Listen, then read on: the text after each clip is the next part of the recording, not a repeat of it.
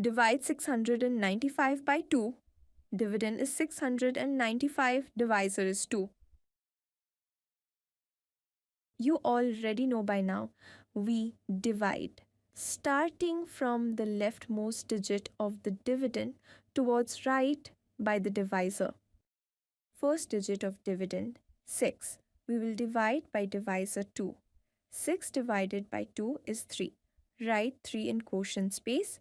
Write 3 into 2. 6 below 6 of dividend. Subtract 6 minus 6 to get 0. Next digit of dividend, 9, comes down. 9 divided by 2 is 4. Write 4 in quotient space. Write 2 into 4, 8, below 9 of the dividend. Subtract 9 minus 8 to get 1. Next digit of dividend, 5, comes down, making 15. 15 divided by 2 is 7. Write 7 in quotient space. Write 2 into 7, 14, below 15 of the dividend. Subtract 15 minus 14 to get 1. Division is complete. Quotient is 347. Remainder is 1.